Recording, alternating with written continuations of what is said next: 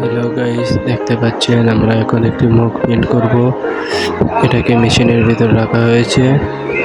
এটা 3 minute hit দেওয়া হবে। তারপর এটাকে আমরা মেশিন থেকে বাইর করব। আর 25 সেকেন্ড বাকি আছে। 2 সেকেন্ড, 6 সেকেন্ড। এখন পুরোপুরি হয়ে গেছে। এখন আমরা মেশিনটাকে খুলব। খোলার পর মুখটিকে বাহির করব।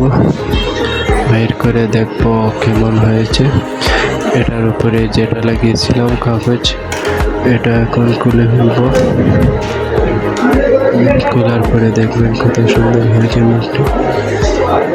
এই যে দেখতে পাচ্ছেন, অনেক সুন্দর হয়েছে।